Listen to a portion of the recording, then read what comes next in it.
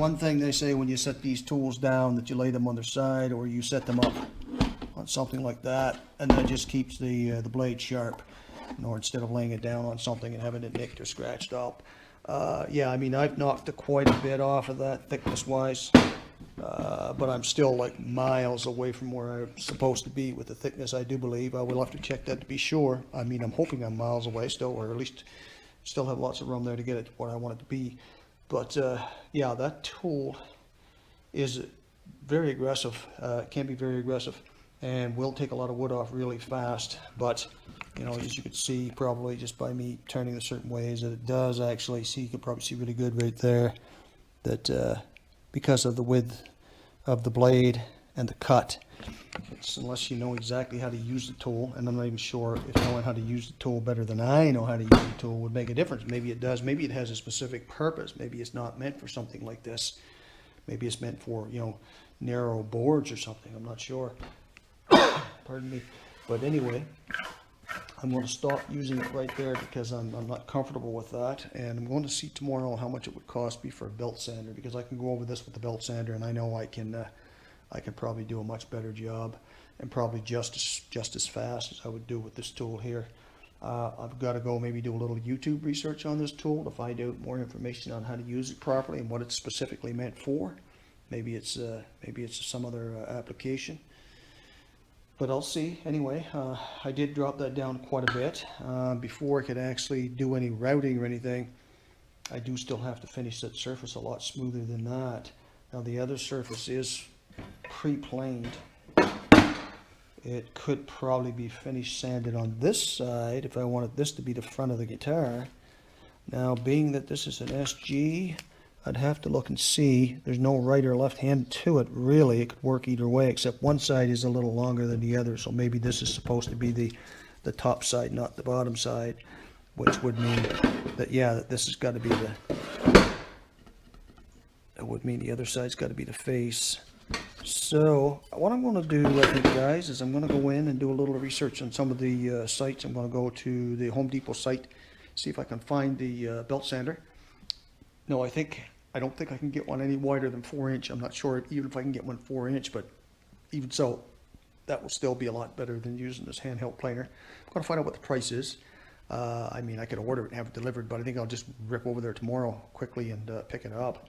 If it's, you know, 120 bucks or 130 bucks or something like that, and then I'll have that. I'm a little disappointed because I did want to actually go ahead and do up the template on this and do the beveled edges and all that stuff, but I'm not sure if I really should go and do that now or not. I could probably still bevel the edges, like I said, and then if I have to sand this down, and then maybe if I want to take it closer to the thickness, I could actually do my belt sanding on the back side, get it down to the proper thickness, and just leave enough room to do a nice finish sanding on this side here, so that it's you know, it comes up smooth front and back both, and doesn't get too thin. So I could probably lay that out, mark it. Maybe I will do that, mark it where the pickups could go, because I can actually route that even if it's not 100% smooth. I can still route that for the pickups and stuff like that, and just go a little deeper, because, you know, compensate for the amount that I would take off the top when I do the finish sanding. So I may go ahead, just for the sake of the video. Got some dust on you guys there. Hope you can get that in your eyes. So what I'm going to do is I'm going to make a lot of noise here first, see if I can annoy you a little bit. So I'm going to go ahead and stick this template down. Now, what I'm going to do is put this down the same way I did before, which will be using Scotch tape. Scotch tape will work just fine. That's what I used before. Just got to make sure that I put it strategically in areas that I'm not going to have just cutting it right off again because of the bevel.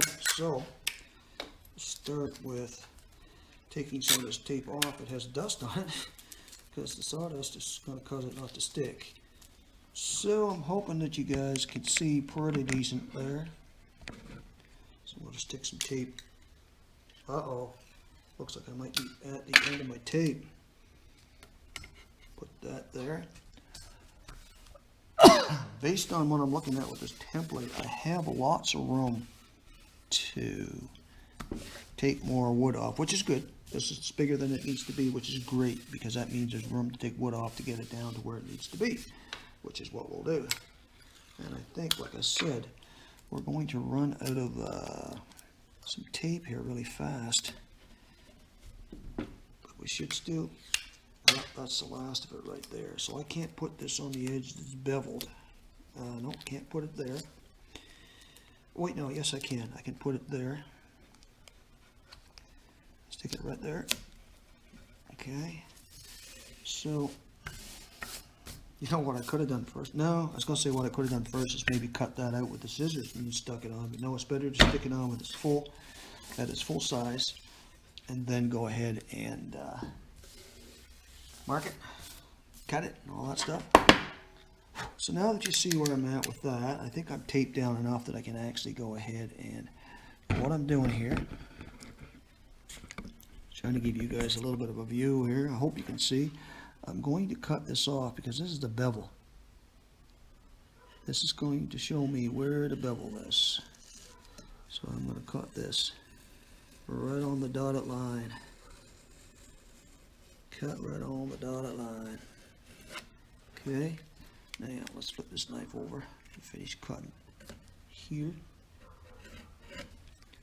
Okay, so it's not fully taped down, guys, but that's not a big deal, I don't think. Okay, so that's going to be beveled there. Mark that before this shifts. So the bevel's going to start there.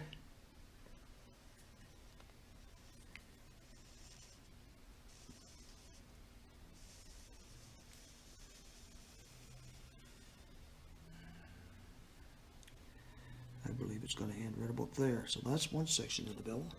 So the next thing would be to cut this out. You may not be able to see with this knife in the way, but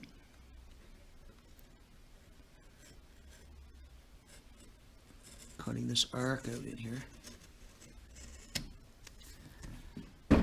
Work my way around here.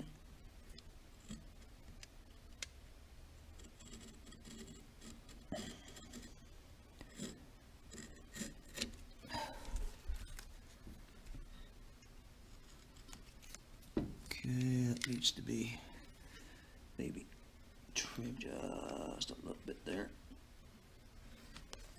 Okay. And now, same on this side. Cut right around there.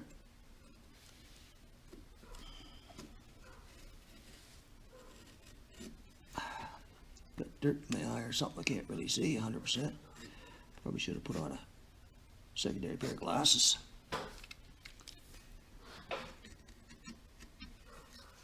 It doesn't have to be perfect here anyway, because there's absolutely no way that I can make that perfect even if I wanted to. So we can only come close. I'm a little more aggressive there than I should have, but once I start to bevel that, I'll know, I'll see that, and I'll be able to compensate. A lot of this is just that, you know, compensating for mistakes that you make as you move along, which is not an issue. Okay, that's good. Should be beveled there. Okay, so now we get the big one. The big one is over here. That means we're going to start right here. Hold that down nice and tight. Go along this dotted line. Quickly, effectively, efficiently, and perfectly.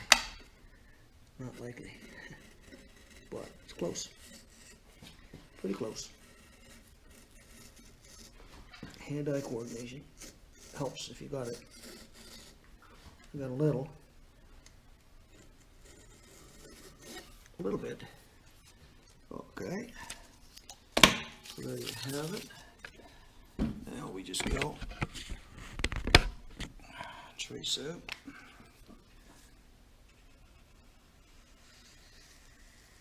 On the edge.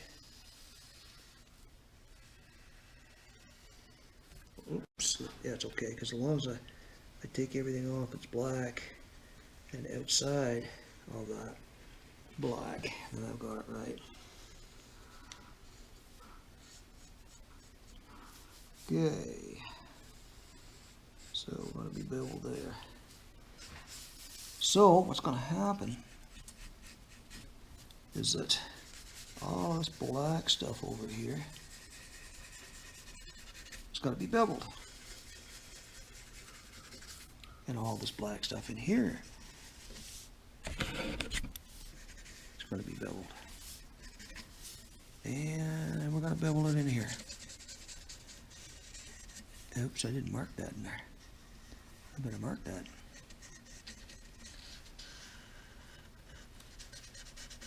Bevel, bevel, bevel. Bevel all that. And all this stuff on the outside needs to be beveled.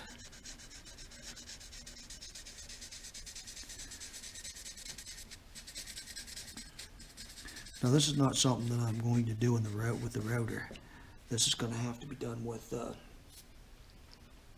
to have to use my handheld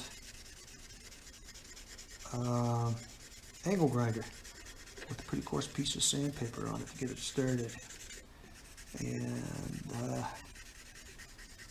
that should work pretty good to give me the base bevel, and then from there I'll have to finish it, do the finish sanding like I would on the rest of the body.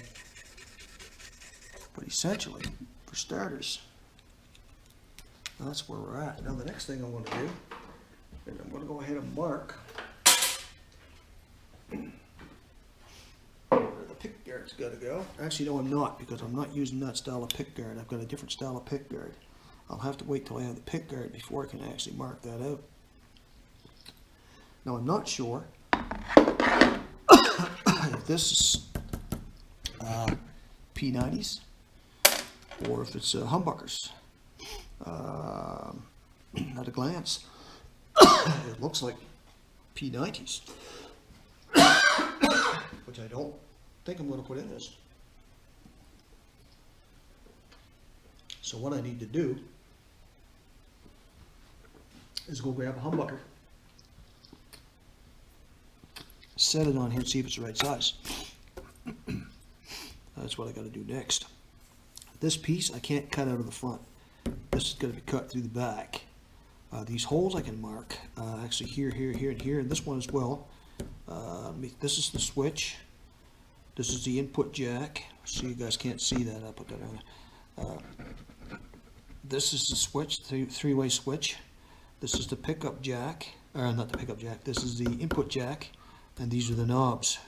So I could mark that here because they've got to come through on the front side, but the actual cavity it's got to go on the back, because the back side's where all of the electronics is going to go in. There'll be a plate.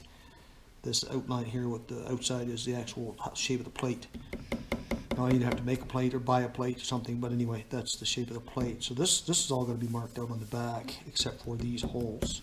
And yeah, these little holes here I actually have to go in the back as well. But these 6 holes I can mark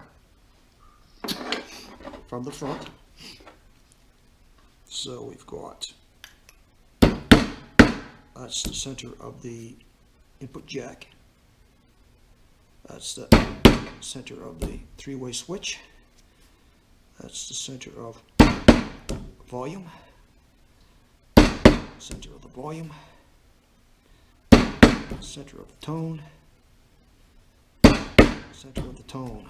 So that's that. Those are marked. I don't have to do any more there. And I'm not going to mark these.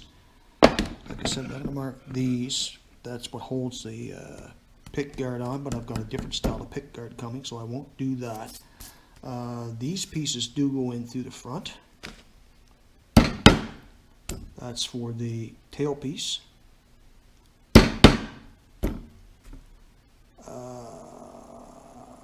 This is for the bridge.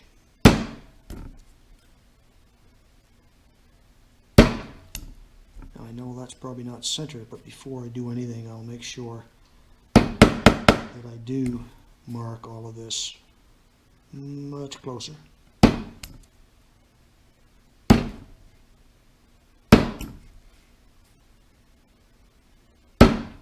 make sure that's right. That's got to be accurate, or we'll have troubles getting the bridge on. We don't want to have troubles getting the bridge on, or the tailpiece. None of which would be good. So what I think I'll do, now that I've poked holes in there, is I'll still cut this out. But I need another pair of glasses because I'm not seeing very well here with these contacts. So, excuse me, let's see what we have that will help with that issue.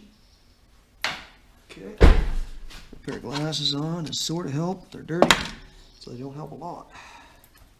See if I can wipe them off a little bit. Try again. Alright, so what I need to do, I need to get almost perfect on the circle here, because these components have to go in the right place. Otherwise, things don't fit very well. It becomes an issue in a big hurry.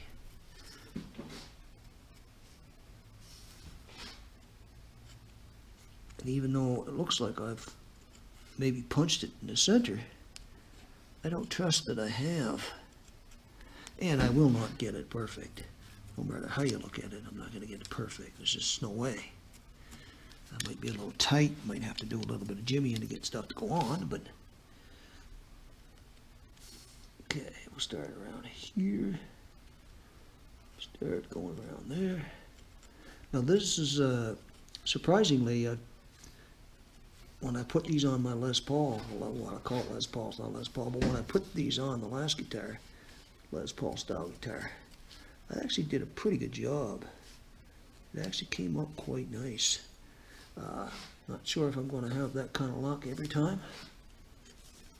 There's a chance that it may not always go that well. A very good chance of it. I have to just hope for the best and hope that if I do make a mistake, I can compensate and fix it. I can always pull the piece out, fill the hole, and try again, but that can be a little troublesome too. So what I do is just kind of go like this over that, get that marked nicely, and then when I lift this up, we'll know exactly where that's supposed to be. Well, not exactly, but as I said, fairly close. So now I'm going to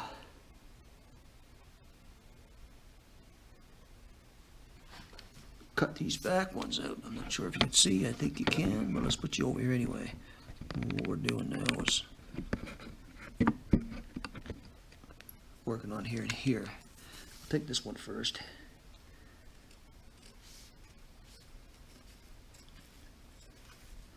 And slow and steady is what wins the race, as they say.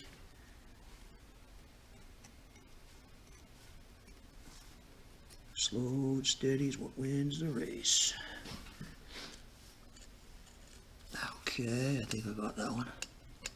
Pop that right out of there. Now, let's see. Do this again one more time.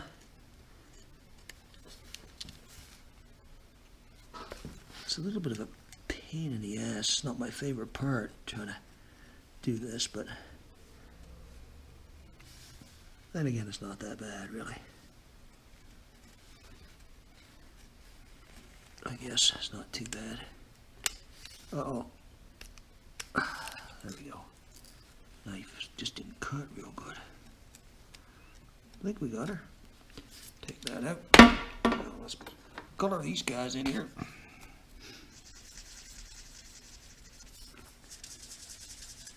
Okay. Now, I'm not going to do that here. I'm going to leave that. And what I'll do is I'll end up getting the exact right bit. These are pretty close to center. They're not that far off, and they can move a little bit. It's not a huge deal if it's not 100%. They come through the pick guard. Actually, no, let me think. There's no pick guard here, but there will be a washer that goes under each of these items that kind of covers up any imperfections, so that it doesn't have to be exact. So the next thing would be, oh damn, I think I might have made a mistake.